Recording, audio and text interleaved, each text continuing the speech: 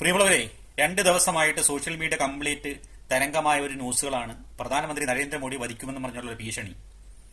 അതിനെതിരെ ഒരുപാട് സോഷ്യൽ മീഡിയയിൽ വീഡിയോകൾ ചെയ്തും ആൾക്കാർ ജിഹാദികളാണ്, ഇവരെ അറസ്റ്റ് ചെയ്യണം, ഇവനെ ഏത് രാജ്യത്തുണ്ടെങ്കിലും ഇവനെ കൊണ്ടുവരണം, ഇവൻ സൗദിയിലല്ല മറ്റുള്ള ഗൾഫ് രാജ്യത്തിരുന്നുകൊണ്ടാണ് ഇത് ചെയ്യുന്നത്, മറ്റുള്ള മതസ്കരാണ്, അതായത് ജിഹാദികളാണ്, സുഡാപ്പികളാണ് എന്നൊക്കെ പറഞ്ഞുകൊണ്ട് ആൾക്കാർ വീഡിയോ ചെയ്യുമായിരുന്നു. ഇന്നിതാ അതിന്റെ ആളിനെ കണ്ടുപിടിച്ചു.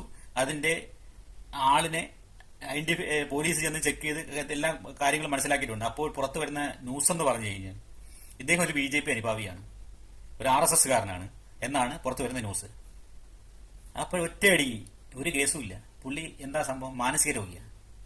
ഇതിനു മുമ്പും ഇതേ കണക്ക് ഒരുപാട് സംഭവങ്ങൾ കേരളത്തിൽ നടന്നിട്ടുണ്ട്.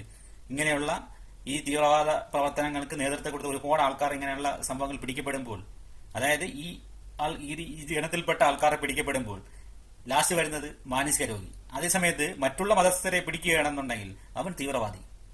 അവൻ തീവ്രവാദി മുദ്ര കുത്തി ജയിലിലടയ്ക്കും, അവന് ജീവിത അവസാനം വരെ അതിനകത്ത് കിടക്കും. അതാണ് ഈ ഇപ്പൊ നടന്നുകൊണ്ടിരിക്കുന്നത്. എന്തായിരുന്നാലും പോലീസ് ഇതിനെതിരെ കേസെടുക്കണം എന്നാണ് അഭിപ്രായമുള്ളത്. ഏത് മതത്തിൽപ്പെട്ടവനാവട്ടെ, നമ്മുടെ പ്രധാനമന്ത്രിയാണ് പുള്ളി ഭീഷണിപ്പെടുത്തിയത്, കൊല്ലുമെന്ന് പറഞ്ഞത്. അപ്പോൾ അതിനെതിരെ തക്കതായ ശിക്ഷ പുള്ളി കൊടുക്കണമെന്നാണ് പറയാനുള്ളത്. അതല്ലെന്നുണ്ടെങ്കിൽ ഇനിയും അത് പുള്ളി ആവർത്തിക്കും. ഇങ്ങനെയുള്ള ആൾക്കാർക്ക് ഒരു മോട്ടിവേഷനെ കിട്ടും. ഇത് ഇങ്ങനെ മാനസിക രോഗിയാണെന്ന് പറഞ്ഞ് വെറുതെ വിട്ടു കഴിഞ്ഞാൽ ഏത് പാർട്ടിക്കാരനോ ആവട്ടെ, ഏത് ജാതിക്കാരനോ ആവട്ടെ, ഇങ്ങനെയുള്ള കാര്യങ്ങൾ ചെയ്യുന്നവനെ അപ്പൊ തന്നെ അറസ്റ്റ് ചെയ്ത് വാർത്തിടണം. അതാണ് വേണ്ടിയത്. അവിടെ ജാതിയോ രാഷ്ട്രീയമോ ഒന്നും നോക്കരുത്.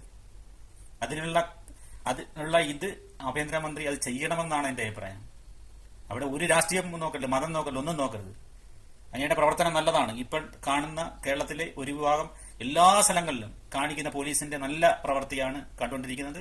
അതിലൊരു ചിത്തപ്പേരുണ്ടാക്കുന്ന രീതിയിൽ ഈ ഒരു സംഭവം മാറ്റിയെടുക്കില്ലെന്നാണ് അഭ്യർത്ഥന. ഓക്കെ, എല്ലാവർക്കും നല്ലത് വരട്ടെ. നമസ്കാരം.